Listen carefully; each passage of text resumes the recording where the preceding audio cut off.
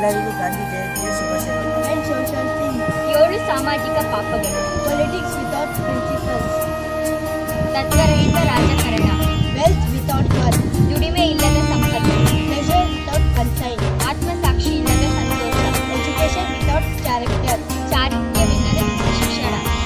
Commerce without morality. ನೀತಿ ಇಲ್ಲದ ವ್ಯಾಪಾರ. Science without humanity.